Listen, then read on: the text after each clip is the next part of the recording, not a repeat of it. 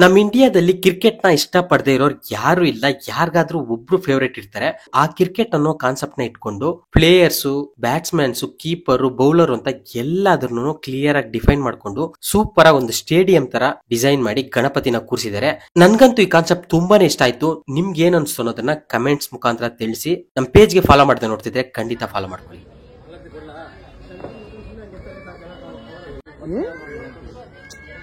ಏನೋ ಒಂದು ಸೆಕೆಂಡ್ ಸುಮ್ಮನೆ ಹಂಗೆ ಸೆಕೆಂಡ್ ಹೋಗ್ಬಿಡ್ತದೆ ಗೊತ್ತಿದೆ.